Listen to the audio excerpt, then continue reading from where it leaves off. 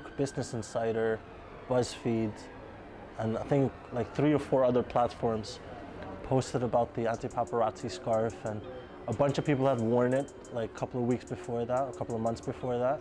And then my phone just blew up. It was crazy, like my emails, tweets, Instagram, Facebook, like all the socials basically just blew up. But all these platforms, they posted it at the same time. And then, yeah, before I knew it, we reached 2.1 billion people in 2 months' time. It's not like I have a massive corporate business structure or something. It's just me, some random Indian Dutch kid. So it's not like it affected the business and I had to fire people, none of that. It's still a startup. I still look at it as a startup. You know, once you reach 2 billion people, a lot of things happen and you start to learn, and you make a lot more mistakes and you learn a lot more from those mistakes. If I never made these mistakes, I wouldn't have gone viral in the first place. And I think the virality of things was a very organic thing, because I came up with the product 5-6 years ago and it only went viral 2 years ago. So for the first like 3-4 years, no one really believed me or understood what the product actually was. I came up with a bunch of different products, and the last product I came up with was the anti-flash scarves and ISHU solar clothing.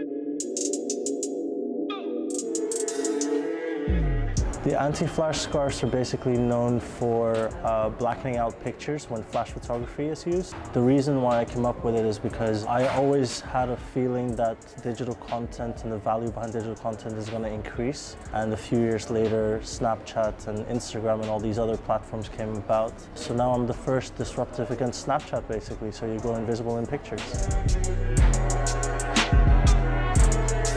A month ago, we released the ISHU solar fabric on CNBC, on the New York Stock Exchange.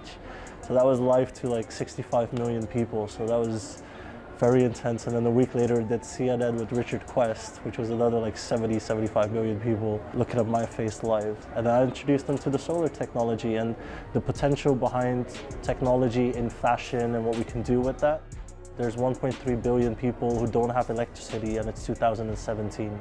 And to me, that's really weird that people don't even have so much as a light bulb in their house. And that's 1.3 billion people on a planet of 7 billion people.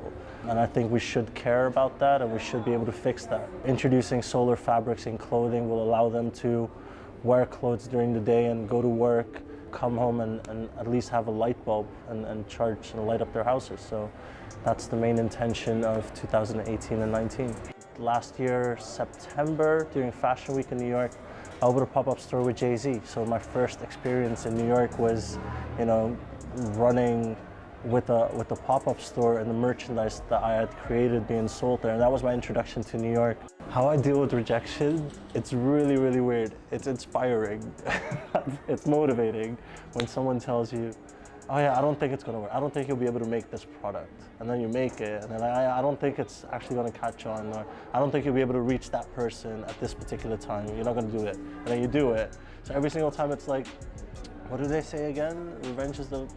Success is the best revenge, right?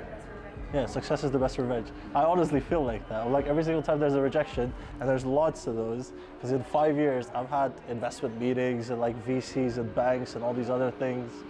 But every single time I get rejected, you wake up the next day and you want to prove that person wrong as well. You know what I mean? So it's quite, I don't want to say it's quite nice to be rejected, but you learn a lot more when you do get rejected.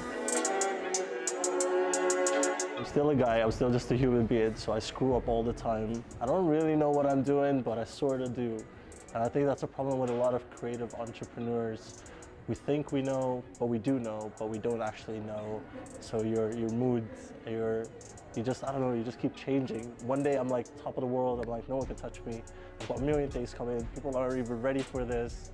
And then the day after that, I'm like, should I just get a job somewhere and like buy a house like a normal human being? Or, you know what I mean? I think the biggest fear is not knowing, but that's also the biggest motivation.